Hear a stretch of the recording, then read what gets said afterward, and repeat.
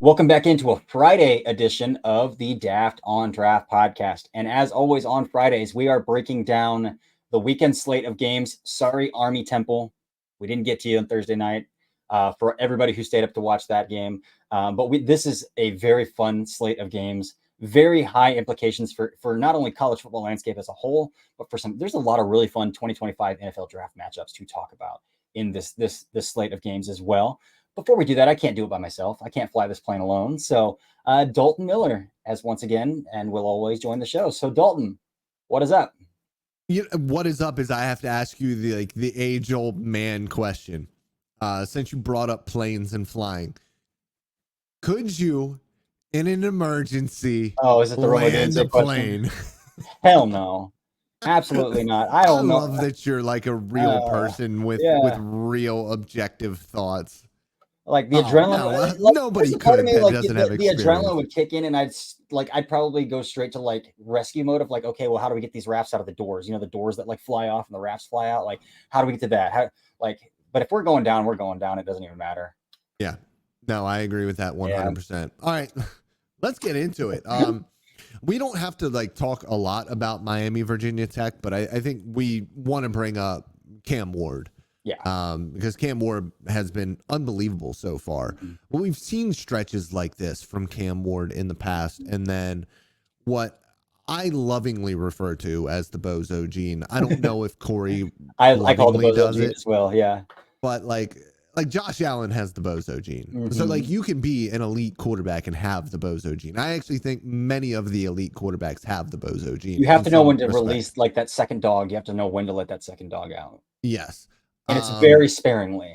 And so we're interested to see Cam Ward. And listen, the ACC is not very good, but we do want to see what Cam Ward is going to do over the course of the season and if he is able to keep this up. Because if he is able to keep this up and he interviews well, this could be the savior for the 2024 draft class when it comes to the quarterback position, because that arm is as live as anybody in the class.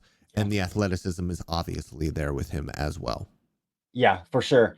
And it's worth mentioning that Virginia Tech does have two corners, one of which was in Dane Brugler's top 50 as well. So we're talking about Mansour Delane and we're talking about Dorian Strong. Both those guys, Miami has Sam Brown. So seeing how Sam Brown kind of fares against those guys is probably a match, like probably one of the only matchups to watch, because again, I don't think Miami has much draftable talent along their offensive line, and I don't think Virginia Tech does have some nice players like Anais Peebles and Antoine Powell-Ryland who can get after the quarterback a little bit, but not a lot of matchups in the trenches to really keep an eye on. But Cam Ward's going up against some NFL corners, and Sam Brown is going up against some NFL quality corners. So I think those are two things that I'm going to be keeping an eye on. But as you mentioned, yeah, Cam Ward looked like a Heisman frontrunner. He had 16 touchdowns and 0 interceptions 6 weeks into the season last year.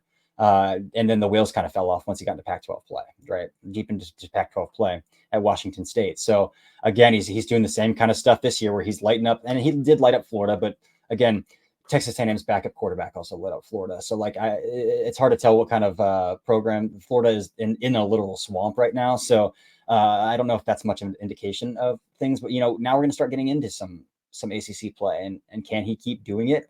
Are the wheels going to fall off? That Miami team is held together by a lot of NIL transfers, so they don't have a lot of experience playing together. Are they going to be able to continue to roll off like this? So kind of that's what I'm really interested in. And Cam Ward, again, we've talked about the arm angles, the velocity, the way the ball just explodes out of his hand. Like, it's very rare. But also his pocket presence has been notoriously atrocious in the past. His pressure to sack, notoriously atrocious. Decision-making, notoriously atrocious.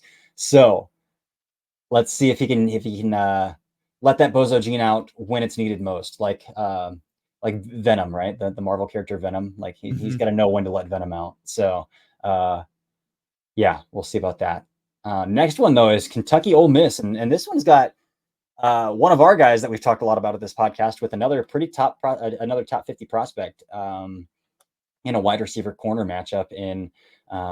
We're talking about Trey Harris, fifth-year player at Ole Miss, who has been dropping 200 yards, almost like, at least he's been dropping 180 on the weekly right now. Only one wide receiver has more receiving yards than him so far through 4 games. Trey Harris is unbelievable, and he'll be going up against Maxwell Harrison from Kentucky. Mhm. Kentucky's a team that really took it to Georgia, and that Georgia offense did not look very good against Kentucky. So it will be interesting to see, because Ole Miss has been putting up like 50 points a game, and they played absolutely nobody so far. But let's see Jackson Dart, another interesting name in the 2025 quarterback class, which we keep like adding names to the list, but it's adding names to the list like maybe he's very firmly maybe. I think the difference between Dart and Cam Ward is that I think Dart's tools are very much in the average category, where Cam Ward's are, especially when we're talking about his arm talent, is very much in the A tier. So even if Jackson Dart does play really well, we'll still have those questions about but does he have the arm talent? Does he have the lower half tools to really become a top end NFL starter? But I am interested because I fall in love with those day 3 quarterbacks. The Jake Hayners, Spencer Rattler this year, who I thought was way better than some first round guys who got drafted in front of him as well. So I always love those kind of day 3 guys as well. There's always one every class that hangs around. Going off, right? I know. We wanted to see a little Spencer Rattler. Maybe not as a rookie, but hopefully at some point we do get to see that. And he's on the same team as Jake Haener too, who was another one of my late round guys who I was like, I love Jake Haener. He drafted in the fourth, fifth round in 2023. Another gamer, absolutely gamer. Oh, I have one, by the way. We'll talk to him. We'll talk about when we get to the slate. I'll stop when we get there as well and talk about it, because I was watching a quarterback last night and I was like, this guy's got some Heineke to it, the way you said about Luke Altmaier. So I'm gonna talk about that. I'm excited to hear about it. Yeah. Minnesota, Michigan. Do we need to talk about this? I do want to talk about Ariante Ursary versus Josiah Stewart and Derek Moore, those Michigan edge rushers. Ursary had a phenomenal game against Iowa. I don't know if you've watched it yet, but I haven't yet. I mean, he's 6'6", 330 pounds with unbelievable length. Like, his arms are at least 36 inches long. And they couldn't get into his chest. Like, there wasn't maybe I could probably count on my hands the amount of times they got into his chest. He had a phenomenal game, snatch trapping like crazy. I mean, he had defenders on the ground at will in that game. So how does he hold up against Michigan now, a tougher trench team than Iowa, who has some good trench players as well? I don't want to disregard what Iowa has on their defensive trenches, but how does Ursary hold up? Michigan's name power on the front 4 is ridiculous. Yeah, it is indeed. Oklahoma State and Kansas State. Kansas State got bullied by BYU. It was a weird like game flow kind of game, because BYU I think had a punt return touchdown and a fumble return as well. A fumble return as well. So like a weird game, but like still like 38-6. Not a great showing for Kansas State, who we thought Arizona might have a game against them, and they mollywopped Arizona. So what team are we going to get from Kansas State against Oklahoma State in this one? Yeah, and that one's going to be more for a Big 12 landscape, for college football landscape. I can't sit here and name a single high-profile draft prospect that's going to play in this game. But the Big 12 is wide. It's the wild, wild west. You can't? At running back? Oh, Ollie Gordon, duh. No, that's an important. No. This is an important message. Ollie Gordon has been absent so far this year. Yeah. Completely and utterly absent so far this year. And so you should not feel bad whatsoever about forgetting that he is playing in this game, because when you look at the previews of this, it's DJ Giddens on the preview for rushing yards, because Ollie Gordon has been completely anonymous so far this year. Really unfortunate for a guy who I was very high on coming into the season. Yeah, for sure. This next one is the one I want to stop at. Not BYU, Baylor. I don't think we need to talk about BYU, Baylor. We might need to start talking about BYU in a little bit, but Baylor's bad. Baylor's bad. I want to stop at this freaking Maryland IU game, because the Taylor Heineke quarterback that I was talking about is starting for Maryland right now, and he has 2 draftable wide receivers that he's throwing the football to, and it's kind of fun. His name is Billy Edwards Jr., and he is kind of fun. He's 6'3", 220. Doesn't have the biggest arm in the world, but he is smart. He knows when to get to his check. He has some lower half tools where he's tucking it and running in when he has to.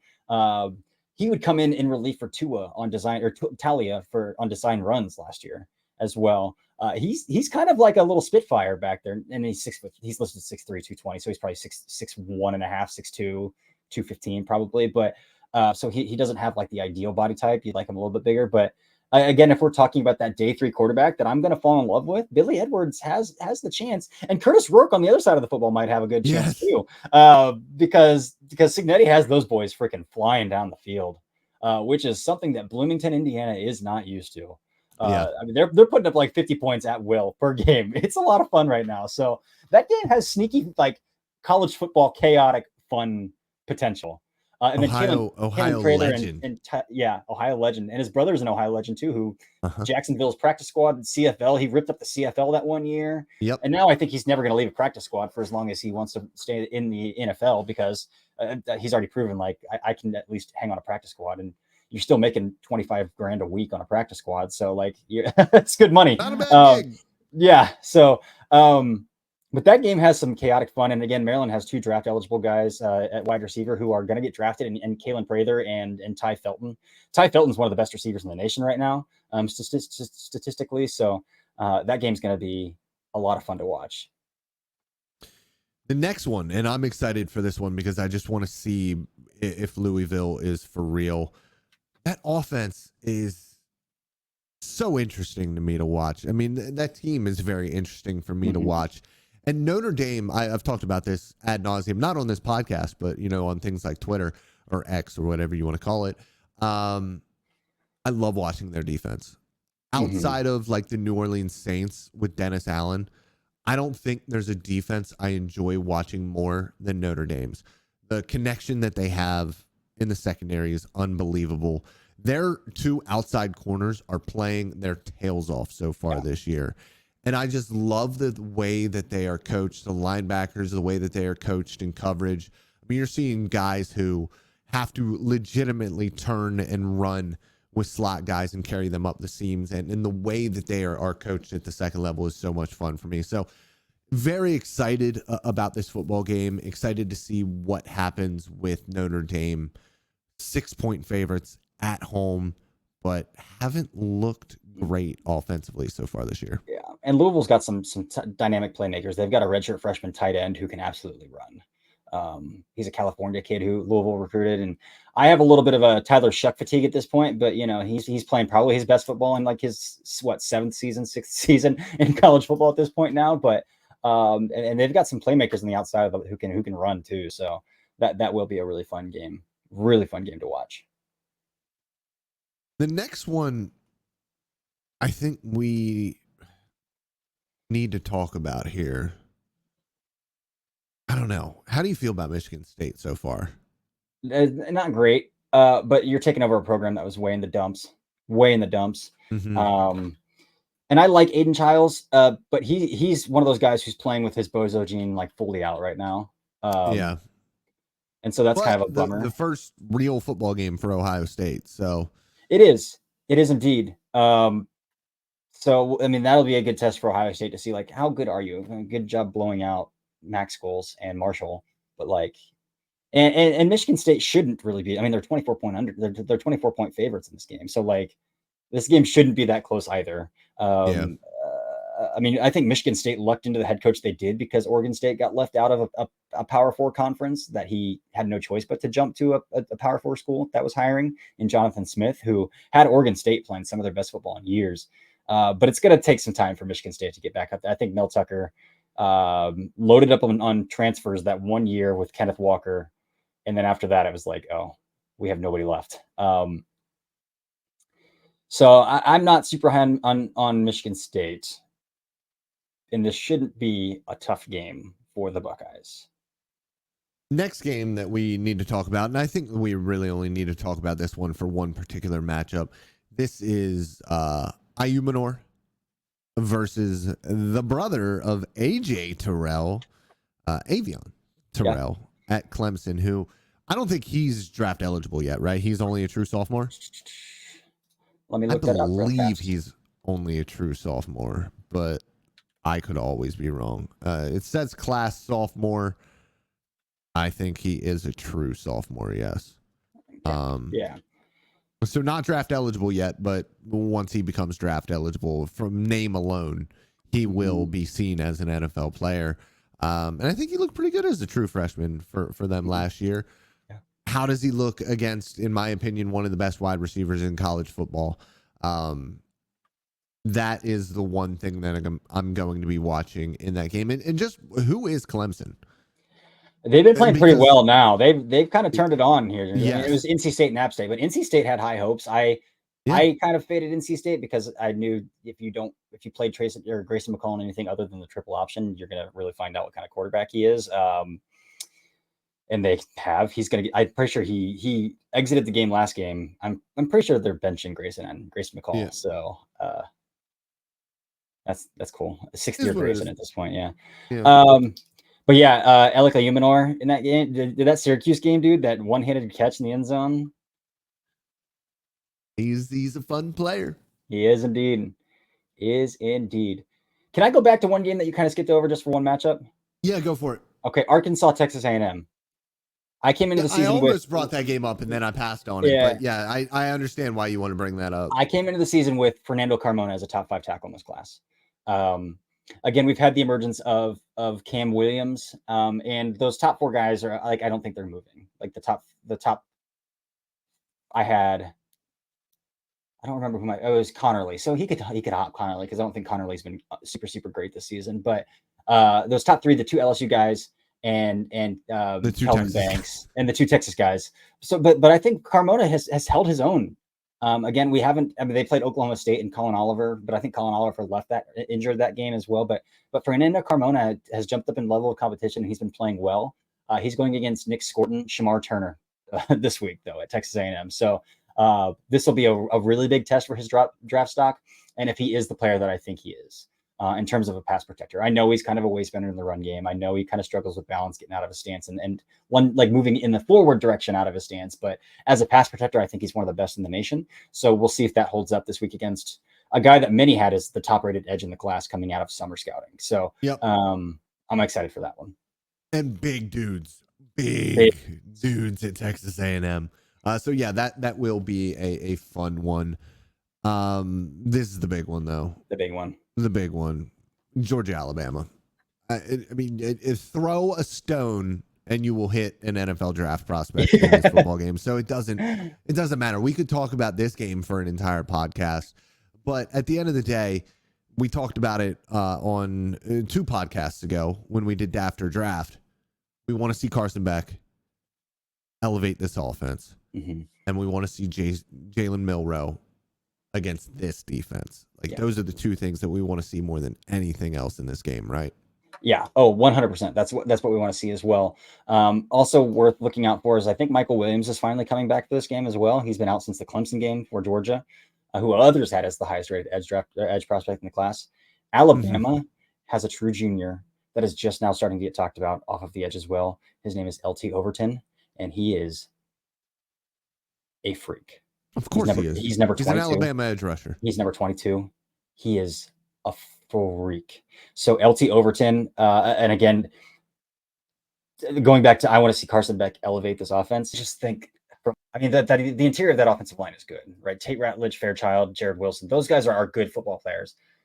I don't think their tackles are very good. And I know Ernest Green had some fans coming into the season. I think he's kind of short body type wise. I think he struggles along the outside shoulder. And then Xavier Truss, the right tackle, is a redshirt senior who I don't see a high-end player there with either. So, and then talking about the tight ends and wide receivers, he doesn't have powers anymore. He doesn't have a lot of these high-profile wide receivers anymore. And that's where it really comes down to was Carson Beck a product of the players around him, or is he a player who is elevating that talent around him? And that's what we really want to see. And he's going to do it against a loaded Alabama defense. Again, I mentioned Overton, Jahad Campbell at linebacker might be the best linebacker in the nation right now. And so this Alabama team has players everywhere on the defensive side of the ball. So offensively, we talked about in the after draft, Jalen Milroe, man, let's find the deep cross, hit the deep cross. Ryan Williams, a 17-year-old phenom who is just exploding for them offensively. So this is not going to be an easy game for Georgia. So which Carson Beck are we going to see? Are we going to see the Clemson Carson Beck against a pretty good Clemson defense, or against the Tennessee or like the Kentucky Carson Beck? So I really think that's probably going to be the difference maker in this game. Yeah, it's going to be interesting because, like you said, I think when you look at Georgia, there are more holes with their football team than there have been in the past couple of years, and it's a team that obviously did not win the national championship last year. And we talked about, is it just them, Ohio State and Texas, kind of the top teams here heading into the college football playoff, and I don't know. I don't know where I'm at with Georgia. I don't know. I think Alabama is a team that like legitimately might not just beat them, but They could beat them by expose two Georgia. scores. Yeah. Yeah, Yeah. expose Georgia, especially with how explosive Alabama can be offensively. I just don't think that Georgia can get there on offense from an explosiveness perspective. Mm-hmm. And so you really need to look at the defensive side of the ball and see, is Georgia going to be able to step it up on the Yep. defensive side of the ball and Mm-hmm. get enough stops? Yeah. And what kind of quarterback is Jalen Milroe actually? Yeah. Because again, he hasn't played Georgia's defense this year. Um, Good job early season. His timer has been sped up significantly. He's been on time a lot more, and he's playing within structure a lot more.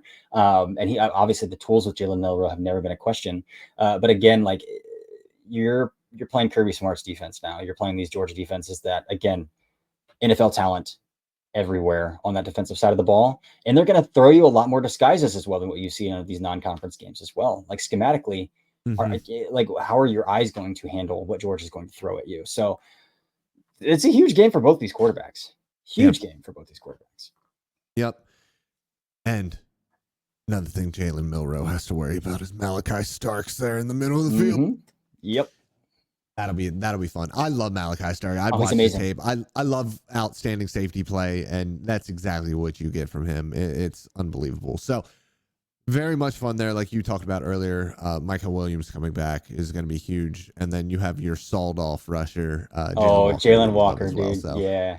it will be a fun football game to watch. Another fun football game to watch, and this is what we are going to end the podcast with here. Big Ten. Illinois, the surprise of the Big Ten so far, going up against Penn State, who I think is a pretender. You charted a little bit of Drew Aller and weren't as impressed. We're looking for the savior of the 25 class. He ain't it yet. It stinks because, like you have talked about in the past, the tools are definitely there for him. And somebody on the opposite side of that who doesn't have all of the tools in the world but is playing lights out right now is Luke Altmaier from Illinois. So you're Taylor Heineke of the class. My Taylor Heineke of the 25 class. But should be a fun game overall. I think Illinois, like we talked about in the last podcast, has an identity that Penn State doesn't really have. I mean, Penn State has the two running backs, and that's kind of their identity. And I know all of my buddies went to Penn State, and every single Saturday, it's the group chat going off and talking about, well, are they going to let Aller pass the ball? When are they going to let Aller pass the ball? Why aren't they letting Aller pass the ball? They have two really good running backs, and so it will be interesting to see how they are able to move the football against an Illinois team that has been putting up some points. So yeah, and they have been letting Aller throw the football this year. Yeah. And it's been, I charted the West Virginia game, and I said I'm not going to do any more until this guy at least does something in Big Ten play, because let him declare. Let him declare. As flashy as some of those throws were in that West Virginia game, like, oof, lots of bad misses, lots of slow reaction time. So I'm not there with Drew Aller, which is unfortunate because, again, I'm a Northeast Ohio kid. He's a Northeast Ohio kid. A lot of people thought he was going to go to Ohio State. He didn't. He went to Penn State because Ohio State was late on his recruitment. He was a late 4-star, 5-star recruit. He was a 3-star for most of his cycle, so he kind of flew under the radar for a lot of the time, but hasn't really panned out so far to what I think Penn State had expectations for. Again, we're 4 weeks into the season. That's what I want to reiterate. Like, we're 4 weeks into the season. Like, but good job on cooking Kent State, and even against Bowling Green was very uneven. So something I'm going to be watching as well. Abdul Carter does not have a sack this season. defensively for Penn State. Yeah. Well, and we talked about that. A lot of the edge rushers are not producing very much right now. But specifically Abdul Carter against the opponents that Penn State's been playing. Yeah. Wyatt Millum at West Virginia dominated that matchup. And then he's played 2 MAC opponents and doesn't have a sack yet. Yeah. Yep. Somebody from my neck of the woods, Bo Prabula, is the backup at Penn State, and he actually gets some snaps for them as well. Yeah, he's like their change of pace running quarterback. He is the change of pace running quarterback, and honestly, the offense might be better with him at times because it adds an element to the rushing attack, which they might have to lean on a little bit if Drew Aller can continue to be a little bit inconsistent as a passer. But yeah, he's a really fun athlete. But that's about it. Yeah, just a little homerism right there for me. Yeah. I think that's it. Again, we've talked about Illinois. They've got an identity. They've got an identity, and that's something that I think James Franklin teams have lacked since, and he's been there for almost a decade now. And they still don't, like, I don't know if James Franklin knows what kind of football team he wants to coach. Yeah. Like what kind of football team he wants his team to be. Because they are typically all flash, zero substance. So once they get down in the stretch and then the tough games. So we'll see if Illinois is a contender, if Penn State's not a pretender. That'll be a fun one to keep an eye on. Yes, it will. And that's the end of the slate. I don't think, do we have anything else that you want to talk about? Because I think we're pretty good here. Yeah, I think that's pretty much it. I mean, I want to see some more Nussmeier because I'm not 100% bought in, or not even 50% bought in. But again, they're not playing anybody. Ashton Jeanty against Washington State. But again, maybe Arizona, Utah. It might be worth the watch. But it's the back end of the slate's pretty. The West Coast games. Watch, but he is. Yeah. But yeah. All right. That's it, guys. I hope you guys enjoy this college football slate, because I know I am going to, and it's gonna stink. It's gonna stink, but I might have to stay up and watch that Alabama Georgia game live. And for you guys that don't know, I am in Portugal, and that is a 7:30 start, so that means a midnight. And that's a 0:30 start for me. And I am not raiding anybody's house with an M4. So that's all we got. Enjoy your Saturday. Enjoy college football. Corey, enjoy the college football on Saturday. I know you have 2 very, very small children. I have a very small child who I will be chasing around on Saturday as well. So we will try our best to get as many eyes as we can on the games. But we will be watching the tape when we have a chance afterwards. And especially because neither of us are enjoying football on Sundays at this point in the season either. So can't enjoy it. I didn't even think the NFL was playing anymore. Yeah. Anyways, this has been Daft on Draft. I'm Dalton Miller. He is the fake Corey Kinnan. Until Tuesday, remember, I love you. Bye.